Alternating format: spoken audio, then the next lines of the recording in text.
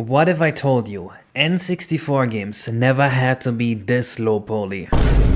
This console is much more of a triangle crunching powerhouse than anyone gave it credit for. Here is a 10,000 triangle scene, recorded off of my N64 at about 30 FPS to prove it. There's no culling here, and the N64 is just powering through all 10,000 polygons. Most Mario 64 levels had just around 1,200 polygons. And if you really know what you're doing, you can get away with way more than 10,000 triangles as well. Let me explain.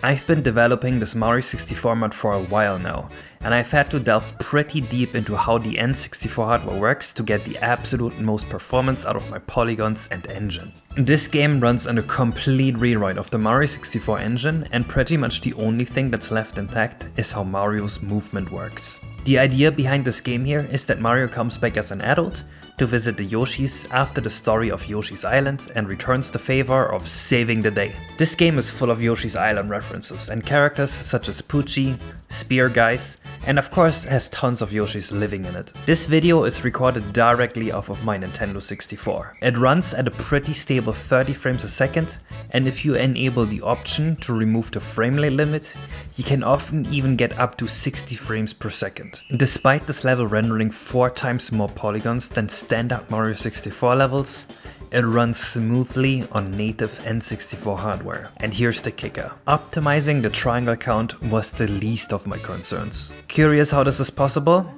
It's because triangle count is overrated. The level geometry here is 5,500 triangles due to all the plant details and the baked shadows. The shadows are drawn using polygonal cutouts. Mario himself is about 700 triangles, and all the bushes and NPCs make it so that the N64 has to render, I'd say, around 7,000 triangles every frame here to draw this level. Now let's amp up the complexity. Here's a scene with a staggering 10,000 triangles showcased in this hill landscape. A level of detail you typically expect in later consoles, yet the N64 handles it with ease. If you don't look directly at the geometry, it can even go far beyond 30 frames a second. Keep in mind that nothing in the scene is culled. This is purely the N64 powering through all these triangles. Now let's flip the script and see what's really causing the N64 to be so laggy. Here's a scene with just 10 triangles overlapping each other, and suddenly the N64 struggles. That's a bit odd, right?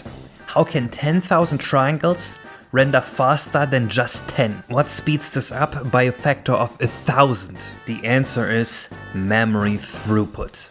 The N64 back in the day was almost entirely limited by its absolutely abysmal memory speed. When we look at the setup of 10 triangles overlapping each other, they cover the entire screen and also all draw over each other. To render a pixel from a triangle, the game computes the depth of the triangle at that point, then reads the Z buffer for that pixel, checks if it's nearer to the screen, and if it is, it computes the color of the pixel and then writes it to the frame buffer and writes the depth to the Z buffer. In this scenario, every depth buffer value and every pixel on the screen gets written to and read from 10 times, due to the overlapping triangles, which is a heavy task for the N64's memory. Let's crunch some numbers.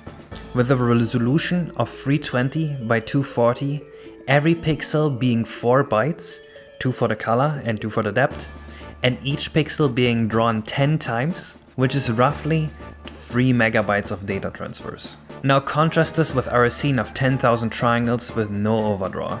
Here, most of our memory transfer footprint is not from overdraw, but from loading the triangle vertex data. Each triangle has around 32 bytes of data to read, totaling about 0.3 megabytes of total data. That's only a tenth of what drawing 10 triangles look. Of course, that doesn't mean it renders 10 times as fast, because if you have this many triangles, suddenly the triangle count does become a bottleneck, but in any reasonable game, it is fair to say that it's the memory speed that's the bottleneck. So how can we tackle the memory bandwidth issue? There are a few strategies we can employ to keep this problem at bay. Firstly, the most straightforward approach is to avoid overdraw. For instance, instead of laying blocks on a flat triangle plane like so, we can cut out the middle. This avoids overdraw on all the pixels that would be under the block. Yes, this bumps up the triangle count, but the trade-off is well worth it, since it allows us to skip the entire pixel drawing process for quite a few pixels. Second, for background geometry, we can turn off the Z buffer reading and writing, rendering it first. This trick allows other geometry to draw over the background, looking identical, but at a much lower cost, because it allows us to skip the Z-buffer reading and writing process from the whole pixel rendering. Another effective strategy is sorting geometry based on its proximity to the camera. By drawing triangles closer to the camera first, we can fail the Z-buffer check for geometry behind it, which lets us skip the frame buffer drawing steps of the pixel drawing process. And our last tool is just write better code. By reducing how much memory our code accesses, we can keep the memory pipeline clear for the drawing functions and speed up our whole drawing process. I have a video up on my channel, for example, about how turning the sign functions from a lookup table that just reads the correct value from RAM into a mathematical function that computes the trigonometry stuff on the fly, if you want to see an example of this. WiseGuy tested this a long while ago and found out that with a busy CPU, your drawing can be slower by as much as 70%. Even if the CPU is not a bottleneck in the game, making the CPU faster or even slower but just less memory land can increase your frame rate. This is the principle behind a lot of my optimizations that each save a microsecond here and there.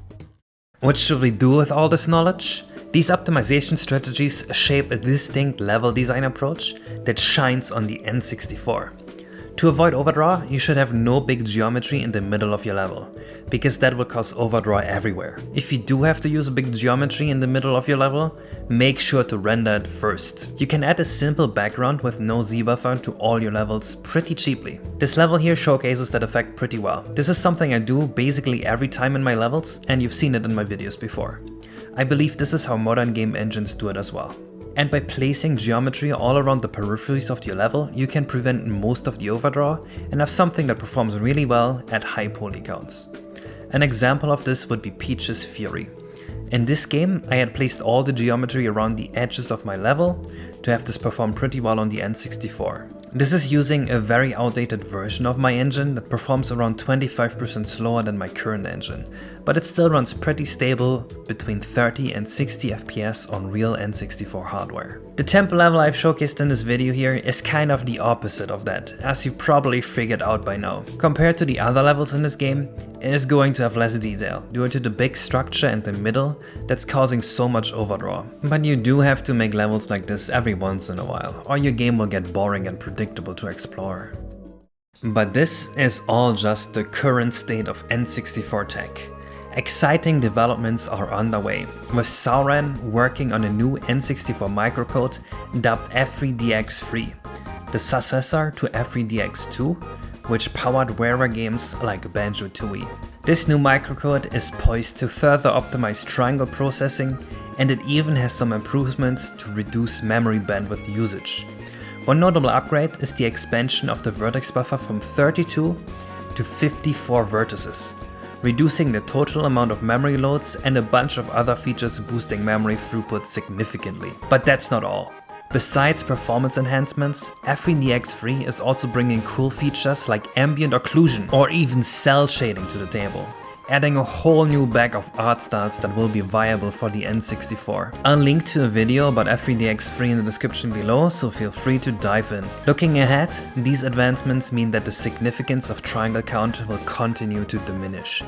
And as for my project, Return to Yoshi's Island, the journey continues towards its completion, and hopefully you guys stay with me during this journey. I hope this exploration piqued your curiosity and enriched your appreciation for the technical details behind the scenes. If you're keen on more deep dives like this, or just eager for a nostalgic return to Yoshi's Island, make sure to hit the subscribe button. There's much more to come, and I'm thrilled to have you along for the ride. See ya!